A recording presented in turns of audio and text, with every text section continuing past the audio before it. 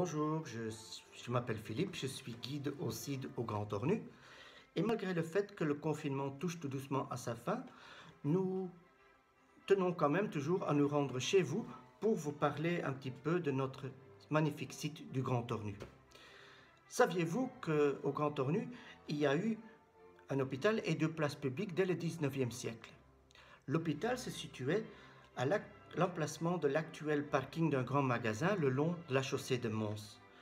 Les soins étaient dispensés aux mineurs et les membres de leur famille, moyennant la cotisation de quelques centimes par mois. Prémisse d'une forme de sécurité sociale. Il y a d'ailleurs toujours eu au Grand Ornu deux places publiques.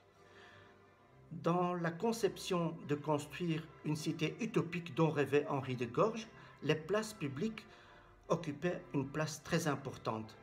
C'étaient les lieux de rassemblement qui bénéficiaient à une vie communautaire très intense.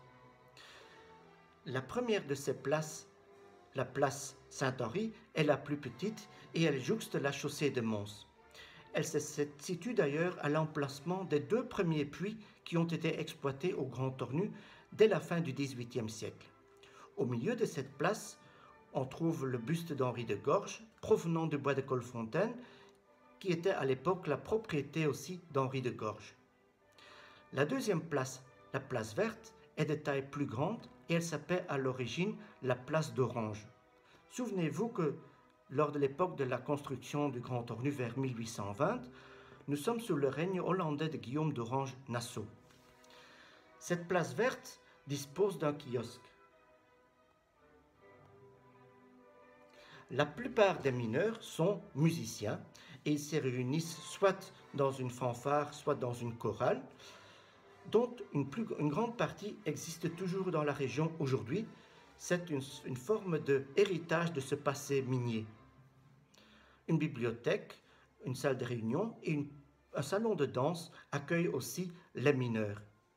Et lors des festivités, la place verte est utilisée pour pratiquer des sports folkloriques divers, comme notamment le crossage, considéré comme le golf du pauvre, le tir à l'arc, et une majorité des mineurs pratiquent aussi la colombophilie.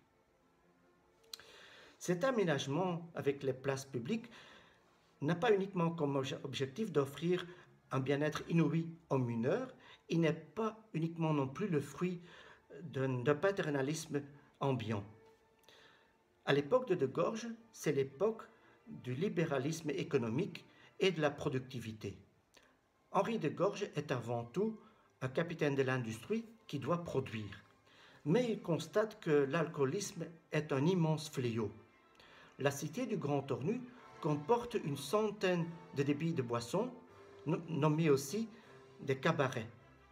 Le dimanche, les mineurs y dépensent une partie de leur paie, ce qui leur rend difficile après de nourrir tous les membres de leur famille, et en plus, ça diminue leur rentabilité, ce qui n'arrange pas vraiment non plus Henri de Gorges. Alors vous voyez, encore une fois l'esprit visionnaire et social au service de la rentabilité et de la productivité.